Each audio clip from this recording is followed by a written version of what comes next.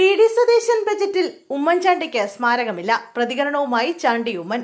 സംസ്ഥാന ബജറ്റിൽ മുൻ മുഖ്യമന്ത്രി ഉമ്മൻചാണ്ടിക്ക് സ്മാരകം പ്രഖ്യാപിക്കാത്തതുമായി ബന്ധപ്പെട്ട് രാഷ്ട്രീയ വൃത്തങ്ങളിൽ വിവാദം പുകയുന്നു.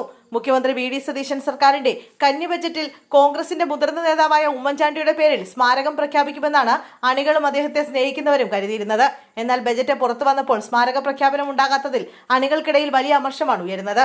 ബി.ഡി. സതീശൻ അവതരിപ്പിച്ച ബജറ്റിൽ മുൻ മന്ത്രി കെ.ആർ. ഗൗരിയമ്മ, നടൻ സലീംകുമാർ, ഗായകൻ ഉമ്പായി എന്നിവരുടെ പേരിൽ സ്മാരകങ്ങളും സാംസ്കാരിക സ്ഥാപനങ്ങളും പ്രഖ്യാപിച്ചിരുന്നു.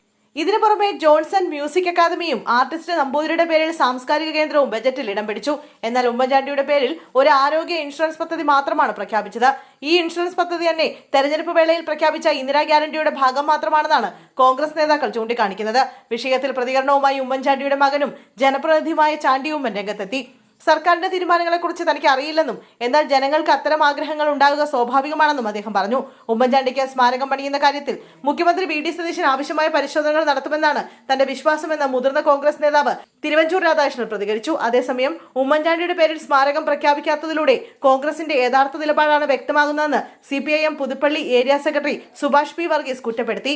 മുഖ്യമന്ത്രി ഇക്കാര്യത്തിൽ കൂടുതൽ ശ്രദ്ധിക്കണമായിരുന്നുവെന്നും അദ്ദേഹം പറഞ്ഞു. ഉമ്മൻചാണ്ടിക്ക് ആദ്യമായി സ്മാരകം പണിതത് മുമ്പത്തെ പിണറായി സർക്കാരാണെന്ന് അദ്ദേഹം ഓർമ്മിപ്പിച്ചു. പുതുപ്പള്ളിയിൽ ഒരു മിനി സിവിൽ സ്റ്റേഷൻ വേണമെന്ന് തീരുമാനിച്ചപ്പോൾ അതിന് ഉമ്മൻചാണ്ടിയുടെ പേരിടാൻ അന്നത്തെ LDF ഭരണസമിതിയാണ് തീരുമാനിച്ചത്. ഇതിനായി മുഖ്യമന്ത്രി ഇടപെട്ട് 50 ലക്ഷം രൂപയും ഗ്രാമപഞ്ചായത്ത് 75 ലക്ഷം രൂപയും അനുവദിച്ചിരുന്നു. ഇതിന്റെ പണി പൂർത്തിയാകാറായെന്നും ഇതിനു പുറമെ പുതുപ്പള്ളിയിലെ ഒരു പ്രധാന റോഡിനും അദ്ദേഹത്തിന്റെ പേര് നൽകിയത് LDF സർക്കാരാണെന്നും അദ്ദേഹം കൂട്ടിച്ചേർത്തു.